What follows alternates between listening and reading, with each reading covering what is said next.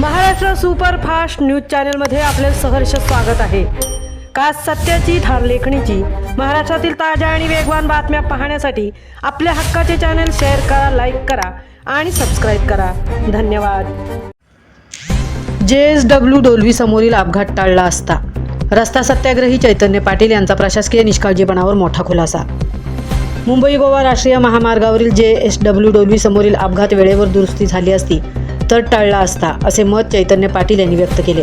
चैतन्य पाटील यांनी एक भारतीय नागरिक म्हणून महामार्गाची पायी पाहणी करून क्रॅक्स, डॅमेज आणि ड्रेनेज त्रुटींचा अहवाल GPS लोकेशन्स व फोटोसह प्रशासनाला दिला होता। या अहवालात आज अपघात झालेल्या डोलवी परिसराचा स्पष्ट उल्लेख होता, मात्र तिथे वेळेत दुरुस्ती झाली नाही। स्वतःचा वेळ, पैसा आणि श्रम खर्च करून हा अहवाल दिला होता। दुरुस्ती झाली असती तर निष्पाप नागरिक जखमी झाले नसते। आज या अपघातस्थळी उद्या इतर कोणीही असू शकतो।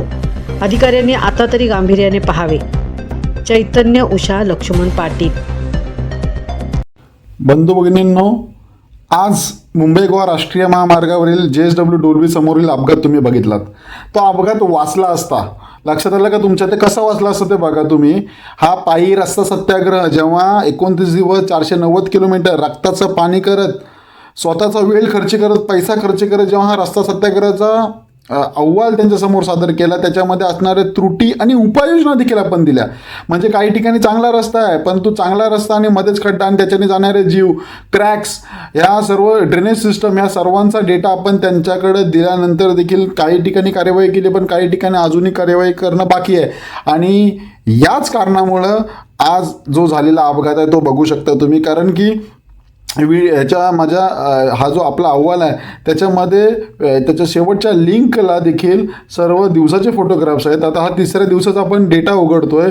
क्रॅक्स अँड सरफेस डॅमेजमध्ये JSW डोलवी समोरचा ज्या ह्याच्यावरून तो उडला आहे बिचारा, ठीक आहे, त्याचा फोटो तुम्ही बघू शकता इथे समोर, ठीक आहे। हा आहे ह्या ठिकाणचा हा जो पॅच आहे, हा पॅच कधी दिला आहे बघा तुम्ही, दिसते तुम्हाला? GPS मॅप लोकेशन आहे, त्याचा लॅटिट्यूड लॉंगिट्यूड टाकला तर तुम्ही नेमका तिथं पोहोचणार। त्याचसोबत त्याची दिनांक बघू शकता, वेळ बघू शकतोय। मग हा अहवाल दिल्यानंतर संबंधितांना का आम्ही ते जे रस्ता सत्याग्रह केल्यानंतर एवढ्या मेहनतीने तुम्हाला त्याच्यावरती मला तो अहवाल बनवावा लागला। अहवाल बनवून तुम्हाला दिल्यानंतर पण जर त्याच्यावरती कार्यवाही होत नसेल आणि नागरिकांचे जर अपघात होत असतील, प्राण जात असतील, कायमस्वरूपीचं अपंगत्व येत असेल, त्याला जबाबदार कोण? आम्ही जो अहवाल बनवला आहे तो तुम्हाला काय फक्त रद्दीत टाकण्यासाठी दिला आहे? तसं समजू नका कृपया। आमची विनंती आहे नागरिक म्हणून, कोकणवासियांचे जीव वाचू देत, देशवासियांचे जीव वाचू देत म्हणून आम्ही हा अट्टास केलेला आहे। आज जर तरी देखील जर त्याच्यावरती योग्य कार्यवाही न होऊन जर असे जीव जात असतील आणि व्यवस्थेला ना हा त्रास होतो, तुम्ही समजून घ्या ना या गोष्टीला। Prevention is better than cure आपण बोलतोय ना। आता जर हा रस्ता व्यवस्थित असता तो अपघात घडला असता का नसता? ॲम्ब्युलन्स बोला, गाडी किंवा तिथं नागरिकांचा वेळ, पोलीस प्रशासनाला हे सर्व वाचतंय ना आपल्या देशाचं। आणि त्याला ज्या झालेल्या वेदना आहेत आता त्याच्या आयुष्यभर त्या वेदना त्याला जाणवत राहतील ना, आणि हे कुठेतरी थांबाव्यात ना। आज कदाचित तो असेल, उद्या कदाचित तुम्ही असाल किंवा मी असेल, पण ह्या ठिकाणी आपण एक जबाबदार नागरिक म्हणून, एक अधिकारी म्हणून तुम्ही तुमचं कर्तव्य निभावलं पाहिजे। लोकप्रतिनिधींनी देखील त्या गोष्टीचा विचार केला पाहिजे। मी हा अहवाल तुम्हाला फक्त रद्दीसाठी दिलेला नाही आहे, रक्ताचं पाणी केलेला अहवाल आहे आमच्या कोकणवासियांचे जीव वाचवण्यासाठी।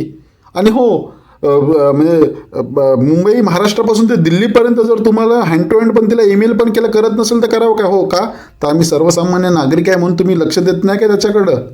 आज कोकणवासींचे जीव वाचले पाहिजे याची हमी घ्या तुम्ही आणि कार्यवाही करा, विनंती।